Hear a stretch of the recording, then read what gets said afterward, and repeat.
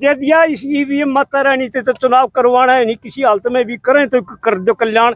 ये जो ये इनका जो चुनाव आयोग है, यो कति जमा इनका तोता बना बैठा है, इनके दलाल बैठे, बस इन पे पंडा छुटा सवाए बेईमानी के, दूसरा को ना 400 पार नहीं। अगर ठीक से चुनाव हो जाए, हम ये चाहते हैं कि मिलिट्री, सुन ले ध्यान से, मिलिट्री शासन स्थापित हो जाए और जो ये अपनी न्यायपालिका है, सुप्रीम कोर्ट है, इसकी देखरेख में अगला चुनाव हो। अदरवाइज तो जो खाम खान डमडमा है, मिलिट्री शासन में ही अगला चुनाव बच सके है, हिंदुस्तान बच सके है, डेमोक्रेसी बच सके है। अदरवाइज तो जो है लोकतंत्र जो कोरिया शासन लगना ही लगना है। नमस्कार दोस्तों, मैं आया हुआ हूँ यहाँ पर मेवात क्षेत्र के अंदर। यहाँ पर अध्यक्ष साहब मौजूद है। तमाम जानकारियों से मैं आपको अपडेट कराऊंगा कि यहाँ पर लोकसभा चुनाव नज़दीक है। आगामी 19 तारीख को लोकसभा के चुनाव होने जा रहे हैं।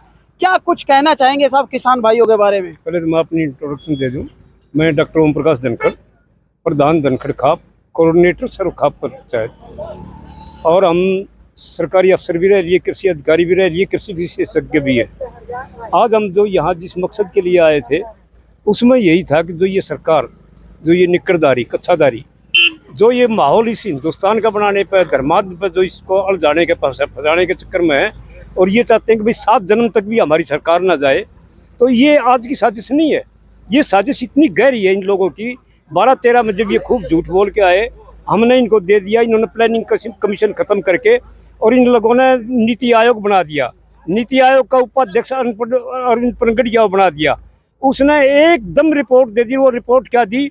अगर किसानों की कृषि भूमि को बलात् ढंगताने से अधिग्रहित नहीं किया गया तो उद्योग और बुनियादी ढांचा क्षेत्र के विकास के लिए सस्ते मजदूर कहाँ से सुलभ होंगे? तो हम इन लोगों ने चाहिए कॉरपोरेट्स के लिए मजदूर, और ये किसानों को जो है मजदूर बनाने पर तुले हुए हैं। उसके बाद में इनका एक था सेकंड संस्थापक श्री माधव सदाशिव गोलवलकर, जो आरएसएस का सेकंड संस्थापक। उस सेकंड संस्थापक ने एक किताब लिखी थी 1940 के दशक में, we and our nation would identified.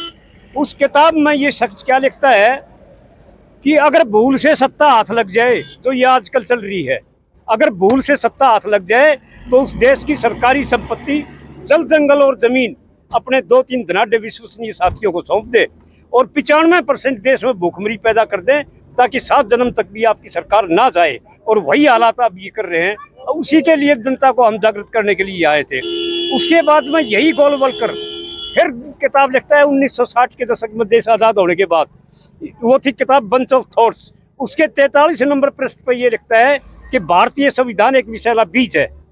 मतलब जो अपने अम्बेडकर जी ने, छोटूराम जी ने जो ये संविधान लिखा, जो आज हम बोलने की आप लोगों के सामने जो स्वतंत्रता है जो बोल रहे हैं, उसको तो ये एक विषैला बीज बता रहे हैं। करें लोकसभाएं, विधानसभाएं, राज्यसभाएं सब कुछ समाप्त हो जानी चाहिए। यहाँ एक तंत्र शासन स्थापित होना चाहिए।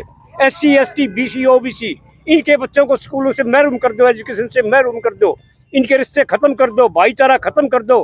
मुस्लिम में कहीं, हिंदू में कहीं, जात पात में बढ़ाने के चक्कर में है। अब ये सरकार जो 144 जो धारा लगावा है, ये DC SP नहीं लगाते। ये निकरधारी जो ना हुक्म बैठे, हर दफ्तर में बैठे बैठा दिए इनने।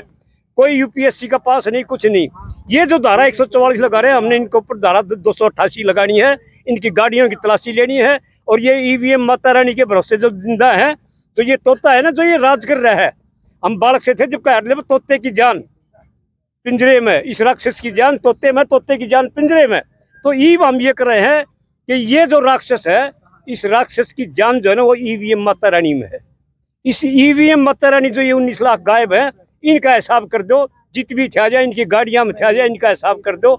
और जब फिर भी ना मानने और फिर भी चुनाव करवाओ इन नेते, तो जो भी वोट दबाव जा वो है, उसने वोट पे एक बार दबाओ, और जब वो फूल का निशान दिखे, साड़ी टुकड़े मैच पे मार के तोड़ दो। राम राम। तो क्या आपको ऐसा लगता है कि भाई EVM में गड़बड़ होती है? 100% में रिटर्निंग अफसर भी रह लिया, प्रिजाइडिंग अफसर भी रह लिया। इसमें 2 टाइम से होगी ये। एक तो होगी जो ओवरलैपिंग करेंगे वोटों की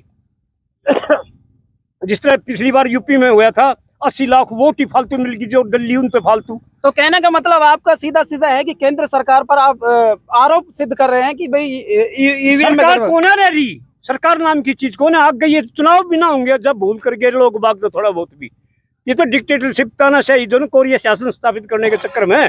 कोरिया शासन में क्या है, 3 पीढ़ियां पर मुकदमे दर्ज हों से। अगर एक बार मेरा पर का जो बोलने लग रहा है, अगर वो बोल देगा 3 पीढ़ियां पे, और इंडिया में तो लग गए ना से मेरी घराड़ी पे भी, मेरी छोरी पे भी, उसकी छोरी पे भी 3 पीढ़ियां मुकदमे दर्ज हो रही है। सर ये तो नंगर से क्या संदेश देना चाहते हो सर? संदेश दे दिया। इस ईवीएम माता रानी से तो चुनाव करवाना है नहीं, किसी हालत में भी करें तो कर दो कल्याण।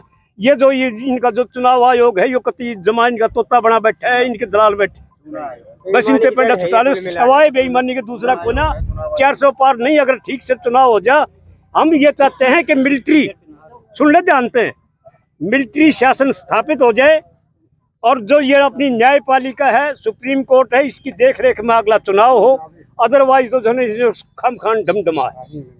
मिलिट्री शासन में ही अगला चुनाव बच सके है, हिंदुस्तान बच सके है, डेमोक्रेसी बच सके है।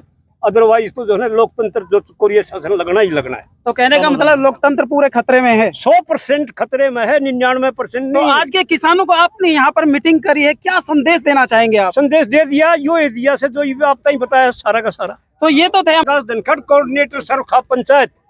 तो इनके मुखारविंद से आपने सुन लिया कि यहाँ पर आम जन को क्या चेताना चाह रहे हैं, ये किसानों के बारे में इन्होंने क्या कहा। तमाम जानकारियों से मैंने आपको अपडेट कर दिया और भी मैं यहाँ पे लोगों से बात कराऊंगा कि यहाँ पर क्या कुछ चल रहा है। तमाम जानकारियों से